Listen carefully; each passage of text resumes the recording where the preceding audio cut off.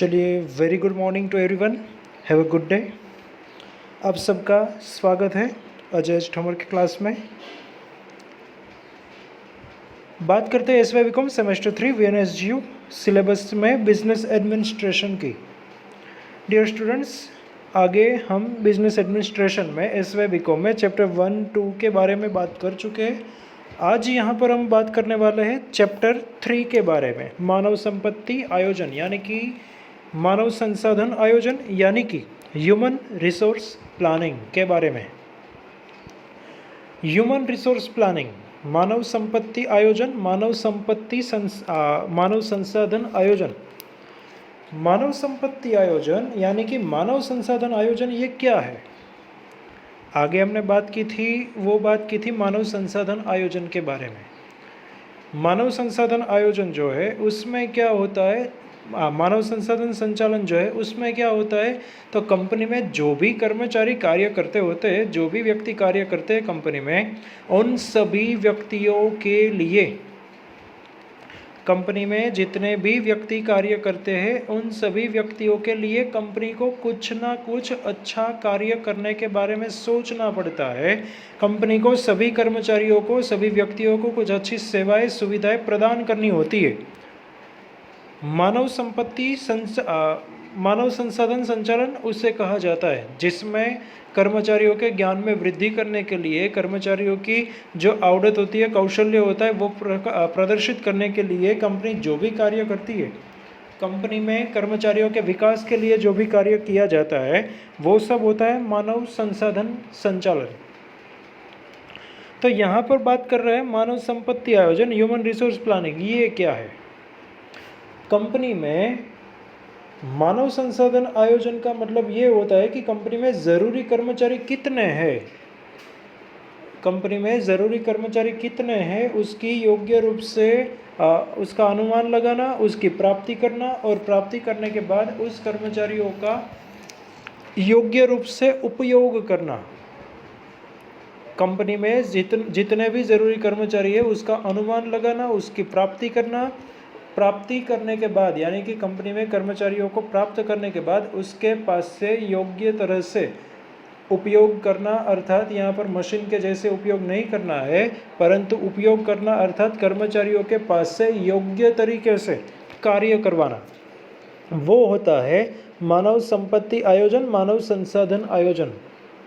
मानव संसाधन आयोजन जो है उसमें कर्मचारियों की ज़रूरतों में परिवर्तित करने की एक प्रक्रिया है। उत्पादन आयोजन जो भी होता है, उत्पादन आयोजन को यहाँ पर कर्मचारी ज़रूरतों में फेरबदल करने की ये एक प्रक्रिया है। यानी कि ज़्यादा से ज़्यादा उत्पादन करने के लिए, ज़्यादा से ज़्यादा उत्पादन करने के लिए कौन सी तरह से योग्य रूप से कार्य किया जा सकता है, उसके लिए यहाँ पर कर्मचारियों की प्राप्ति करना, कर्मचारियों की प्राप्ति करने के बाद उनके पास से योग्य तरह से कार्य करवाना, दैट इज कॉल्ड मानव संपत्ति आयोजन। मानव संपत्ति आयोजन में क्या है? मानव संपत्ति आयोजन में क्या है? तो यहाँ पर हम बात कर रहे हैं मानव संपत्ति आयोजन के अर्थ के बारे में। मानव संसाधन आयोजन में मानव बल की मांग का अनुमान लगाना, यानी कि व्यवसाय में कितने कर्मचारियों की आवश्यकता है उसका अनुमान लगाना। मानव संसाधन की पूर्ति का अनुमान लगाना, यानी कि कंपनी में मानव संसाधन अभी कितने हैं, कितने कर्मचारी ऑलरेडी वर्क कर रहे हैं उसका अनुमान लगाना। और मांग और पूर्ति के बीच संतुलन बनाए रखना, यानी कि मांग और संतुलन, मांग और पूर्ति दोनों के बीच योग्य तरह से संतुलन बनाए रखना, दैट इज कॉल्ड मानव संपत्ति आयोजन। ये एक महत्वपूर्ण डेफिनेशन है। कंपनी में कितने कर्मचारियों की ज़रूरत है और सामने कंपनी में कितने कर्मचारी अभी फ़िलहाल वर्क कर रहे हैं, दोनों के बीच योग्य संतुलन बनाए रखना, दैट इज़ कॉल्ड मानव संपत्ति आयोजन। ह्यूमन रिसोर्स मैनेजमेंट नहीं, ह्यूमन रिसोर्स प्लानिंग। दूसरी डेफिनेशन यहाँ पर मिस्टेक की प्रिंटिंग में, मानव संपत्ति आयोजन यानी कर्मचारी और मजदूर संघ के साथ मानव संसाधन आयोजन यानी कर्मचारी और मजदूर संघ के साथ सम्मति के आधार पर मानव संपत्ति के लिए योग्य नीति लागू करना। यहाँ पर मानव संपत्ति आयोजन यानी कर्मचारी और मजदूर संघ के साथ सहमति के आधार पर, यानी कर्मचारी संघ मजदूर संघ के साथ जैसे बात हुई है उसके आधार पर मानव संपत्ति के लिए योग्य नीति लागू करना, उसके बाद यहाँ पर उसका योग्य तरह से अमल करवाना और उसके साथ साथ यहाँ पर कर्मचारियों की योग्य रूप से प्राप्ति की जा सके, प्राप्ति के साथ साथ कर्मचारियों का योग्य रूप से उपयोग किया जा सके और कर्मचारी की योग्य रूप से निभाव किया जाए, यानी कि कर्मचारियों को योग्य रूप से कंपनी में योग्य सुविधाएं प्रदान की जाए, योग्य रूप से उसे संग्रहित किए जाए एवं उसके विकास के लिए योग्य रचना तैयार करना।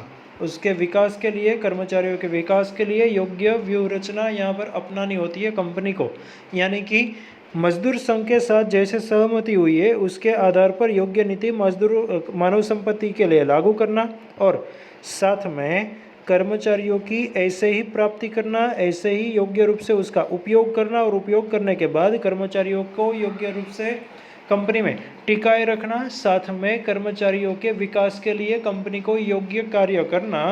ये होता है मानव संसाधन आयोजन का अर्थ। मानव संसाधन आयोजन का अर्थ यहाँ पर बात की है, फिर से एक बार देख लेते हैं। मानव संसाधन आयोजन में मानव बल की मांग का अनुमान लगाना, मानव संसाधन की पूर्ति का अनुमान लगाना और मांग और पूर्ति के बीच समतुला बनाए रखना, ये होता है मानव संसाधन आयोजन।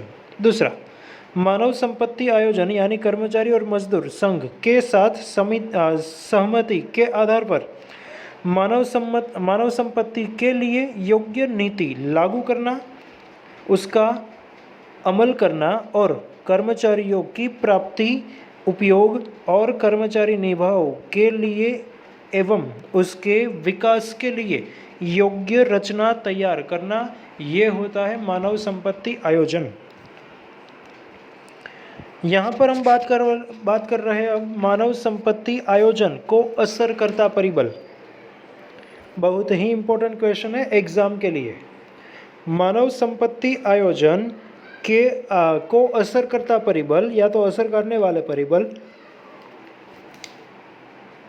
दो तरह के होते हैं। मानव संपत्ति आयोजन को असर करने वाले परिबल दो तरह के होते हैं। कौन कौन से दो तरह के होते हैं? एक होता है आंतरिक परिबल, दूसरा होता है बाह्य परिबल। आंतरिक परिबल में कौन कौन से होते हैं? तो उच्च संचालकों की नीति, व्यवसाय का कद, तीसरा है वित्तीय साधन संपत्ति और चौथा है उत्पादन पद्धति। मानव संपत्ति आयोजन को ये चार बातें असर करती है। व्यवसाय के अंदर की पहली है उच्च संचालकों की नीति, दूसरी व्यवसाय का कद, तीसरा वित्तीय साधन संपत्ति और नंबर 4 उत्पादन पद्धति। ये असर करती है मानव संसाधन आयोजन को। बाह्य परिबल में भी चार हैं। वो क्या है? आंतरिक परिबल है, परिबल यहाँ पर परिवहन लिखा है मिस्टेक से। आंतरिक परिबल, आर्थिक परिबल, सामाजिक परिबल, राजकीय परिबल और टेक्नोलॉजिकल परिबल। बाह्य परिबल में चार है, आर्थिक, सामाजिक, राजकीय और टेक्नोलॉजिकल परिबल। बात करते हैं इन डिटेल। एग्जाम में ये क्वेश्चन आपको 7 मार्क्स में आता है कि मानव संपत्ति आयोजन को असर करने वाले आंतरिक परिबल समझाइए। तो आपको लिखना है आंतरिक परिबल में उच्च संचालकों की नीति, व्यवसाय का कद, तीसरा है वित्तीय साधन संपत्ति और चौथा है उत्पादन पद्धति। बात करते हैं उसमें फर्स्ट पॉइंट की। मानव संसाधन आयोजन को असर करने वाले परिबल में फर्स्ट पॉइंट उच्च संचालकों की नीति। यहाँ पर कंपनी में कर्मचारियों को अगर लेना है, कंपनी में कर्मचारियों को अगर निकालना है, कंपनी में कर्मचारियों की कितनी ज़रूरत है, उसके लिए कितने कर्मचारी यहाँ पर प्राप्त करने हैं, इसका सबका अनुमान लगाने के लिए मानव संपत्ति आयोजन किया जाता है। परंतु उसमें मानव संपत्ति आयोजन को असर करने वाले कुछ परिबल है, ये दो तरह के, आंतरिक बाह्य, जिसमें आंतरिक परिबल में नंबर 1 पॉइंट उच्च संचालकों की नीति।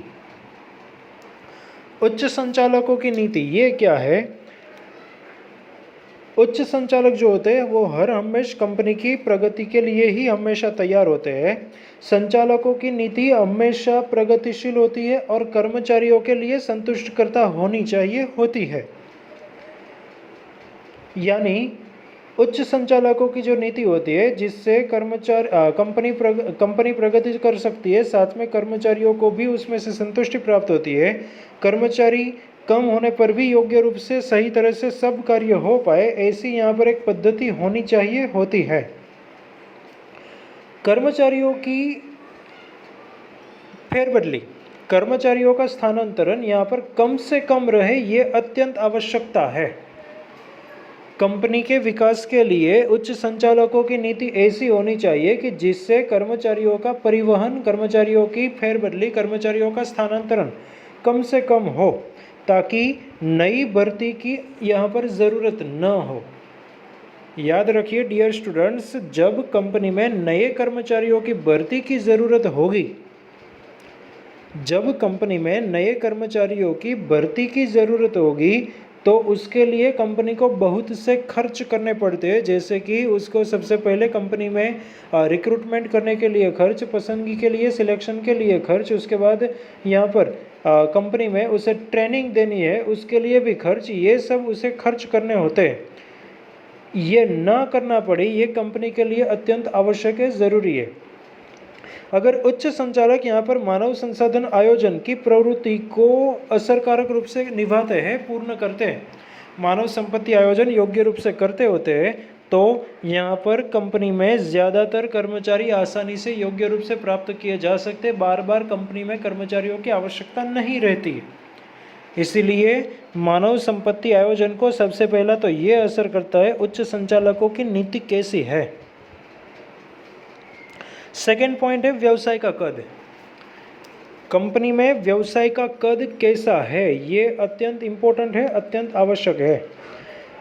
व्यवसाय अगर बड़ी मात्रा में चलता है, बड़े स्तर पर व्यवसाय कार्य करता होता है, तो वहाँ पर कर्मचारियों की मांग बड़ी मात्रा में रहने वाली है, ज़रूरी है। अगर व्यवसाय बड़े स्तर पर कार्य करता है, उच्च पायदाने पर कार्य करता है, तो यहाँ पर कर्मचारियों की मांग भी उतनी ज़्यादा रहेगी और इससे मानव संपत्ति आयोजन की आवश्यकता भी उतनी ज़्यादा रहती है। परंतु व्यवसाय अगर छोटी मात्रा में कार्य करता है तो कर्मचारियों की आवश्यकता उतनी कम रहेगी, तो मानव संपत्ति आयोजन की आवश्यकता भी नहीं होगी। तो मानव संपत्ति आयोजन को असर करने वाले परिबल में एक तो ये है व्यवसाय का कद।